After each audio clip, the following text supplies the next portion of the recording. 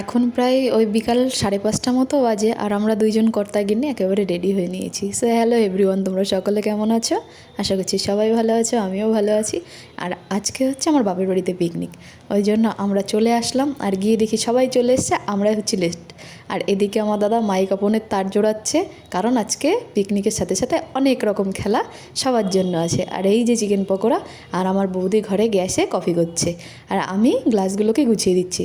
তো সবাইকে কফি দিয়ে চলে এসেছি, আমিও পকোড়া খাচ্ছি। আর এই যে সব বাচ্চাগুলো, আর সবাই বাচ্চা না, সবাই বসে পকোড়া খাচ্ছে। আর এই যে আমার একটা বুনু, ও পকোড়া দিচ্ছিল সবাইকে।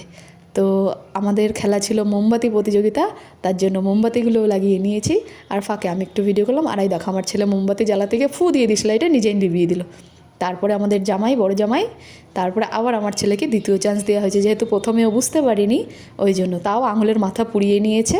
তারপরে এসছে এটা আমাদের বুনু, পাশের বাড়ির বুনু পুতুল। আর আমার দাদা মাইক্রোফোনটা আমার হাতে ধরিয়ে দিয়েছে। এখন কিছু করার নেই, দাদা দিয়েছে গুরু দায়িত্ব, দায়িত্বটা তো আমাকে পালন করতেই হবে। তবে ভীষণ মজা লাগছিল।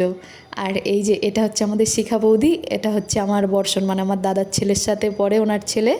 তো সবার সাথে সবার এত ভালো বন্ডিং হয়ে গেছে, তো সবাইকে ছাড়া সবাই অপরিপূর্ণ। তো এই যে হচ্ছে কাকিমা, মানে ওই যে আগে মোমবাতি ধরিয়ে গেল তার শাশুড়ি মা। তবে বৌমার থেকে শাশুড়ি মাই এগিয়ে ফার্স্ট হয়েছিল আমাদের এই কাকিমা। আর ভীষণ আনন্দ হচ্ছিল, বাচ্চাগুলোও যেমন আনন্দ করছিল, কিন্তু পাশ থেকে বড়রা বদমাইশি করছিল। আর এই যে আমার মা রান্না করছিল, মামি রান্না করছিল, আর একটা কাকি রান্না করছিল। তো ওরা রান্না করতে করতে ফাঁকে ফাঁকে এসে খেলে যাচ্ছিল। আর এই যে আমি ধরাতে গেছি, একদম ধরাতে পারিনি, মানে আর পাশ থেকে না ফু দিচ্ছিল, বদমাইশি করছিল। আর এই যে আমার বৌদি, ওই দেখো আমার বৌদি একটা ধরাতে পারে, আর আমার দাদা ফু দিয়ে চলে গেছে, আর বৌদিকে দাদাকে মেরে দিয়ে এসছে। আর এই যে বাচ্চাদের ছিল মিউজিক্যাল বল, আর এই যে হাঁড়ি ফাটানো, এটা হচ্ছে আমাদের পাশের বাড়ির ছোটো জামাই। তো যাই হোক, এবার আমাকে দিয়েছে। কিন্তু জানো তো, এখন সত্যি কথাটা বলছি, আমি না দেখতে পাচ্ছিলাম যে বেঁধেছে, সে বুঝতে পারিনি, কিন্তু আমি দেখতে পাচ্ছি। আর ওই দেখো আমার মা না আগে পা গুনে এসেছিলো, পরে সেভাবে পা আবার ফেলতে ফেলতে গেছে, কিন্তু ফাটাতে পারিনি। আর এই যে আমার দাদা বারবার চোখে হাত দিয়ে মানে দেখার চেষ্টা করছিল, আর সবাই বলছে এই দেখিস না দেখিস না দেখিস না দেখিস না। তো ওকে শোনে কার কথা, ও ভীষণ দুষ্টু, জানো না। আর ও যেখানে থাকবে সেখানে সবাই হাসতে বাধ্য, কারণ ও সবাইকে হাসিয়েই ছাড়বে। আর ওর সাথে কেউ যদি না কথা বলে, ও তাকে জোর জবরদস্তি কথা বলে। বাট এই যে আমার শাশুড়ি মার তো পুরো মানে টাওয়ারই অন্যদিকে ঘুরে গেছে। আর পরে ছিল মিউজিক্যাল চেয়ার, এই যে। কিন্তু জানো, মিউজিক্যাল চেয়ারে আমার মা ফার্স্ট হয়েছে, আমরা সবাই আউট হয়ে গেছি।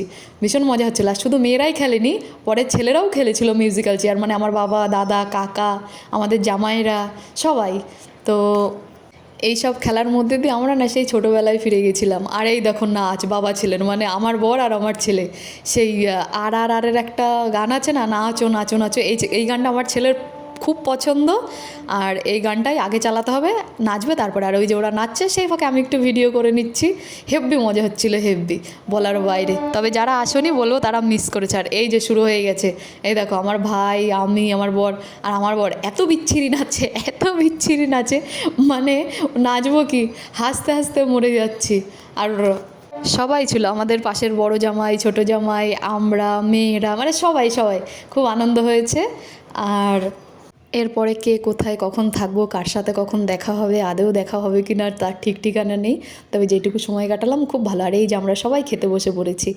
আর এই দেখো আমাদের পিকনিকে সিম্পল মেনুর মধ্যে ভীষণ ভালো মেনু ছিল। আর এই যে ভাত দিয়ে দিয়েছে, চিপস দিয়ে দিয়েছে, ডাল, কাঁচা টমেটো দিয়ে ডাল ছিল। আর এই যে চিকেন, চাটনি, পাঁপড়, মিষ্টি, স্যালাড, সব কিছু ছিল, দই। আর